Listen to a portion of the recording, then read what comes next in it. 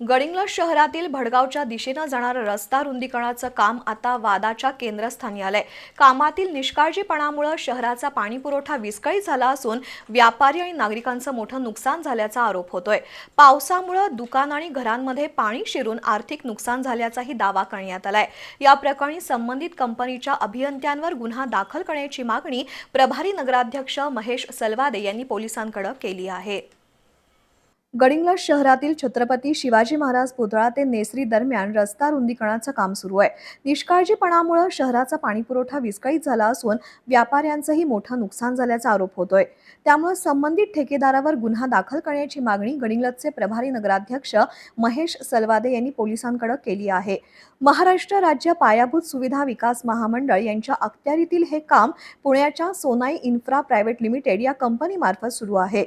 नगर परिषदेच्या म्हणण्यानुसार काम सुरू करण्यापूर्वी पाणी पुरवठ्याची मुख्य जलवाहिनी आणि नागरिकांच्या नळ जोडण्या सुरक्षित ठेवण्याच्या तसंच पर्यायी व्यवस्था करण्याच्या सूचना अनेक वेळा दिल्या होत्या। मात्र त्याकडे दुर्लक्ष करून रात्रीच्या वेळी खोदकाम केल्यानं पाईपलाईन आणि नळ जोडण्या तुटल्या आणि अनेक भागांचा पाणी पुरवठा ठप्प झाला। याबाबत नगर परिषदेनं संबंधित ठेकेदाराला पत्रव्यवहार केला होता। तसंच नगर परिषदेत झालेल्या संयुक्त बैठकीत 8 ते 10 दिवसात पाईपलाईनचं काम पूर्ण करण्याचं आश्वासन दिलं होतं।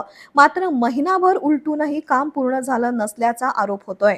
आम्ही वारंवार 2 वेळा त्या संबंधित कॉन्ट्रॅक्टर असेल किंवा संबंधित अधिकारी असेल यांना 2 वेळा आम्ही बैठक घेऊन त्यांना सूचना दिली होती।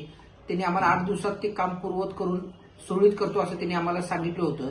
पण त्या कामाची जर प्रगती बघितलं तर त्या पद्धतीने त्यांचं काम त्या पद्धतीने चालू नाही आहे। काही लोकांना अभय देण्याचं काम चालू आहे म्हणून पेपरला बातमी सुद्धा आली होती।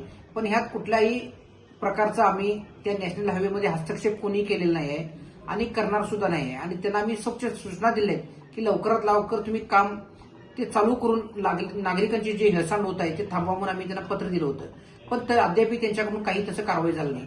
रस्त्याच्या दुतर्फा खोदकाम करून ते तसंच ठेवल्यानं व्यापारी, रुग्णालयं, हॉटेल्स आणि नागरिकांना मोठ्या अडचणींचा सामना करावा लागतोय।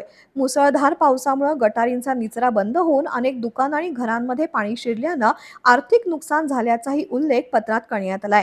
या पार्श्वभूमीवर संबंधित कंपनीचे अभियंता धैर्यशील देशमुख यांच्यावर गुन्हा दाखल करावा अशी मागणी प्रभारी नगराध्यक्ष महेश सलवादे यांनी गडिंग्लज पोलीस निरीक्षकांकडे निवेदनाद्वारे केली आहे।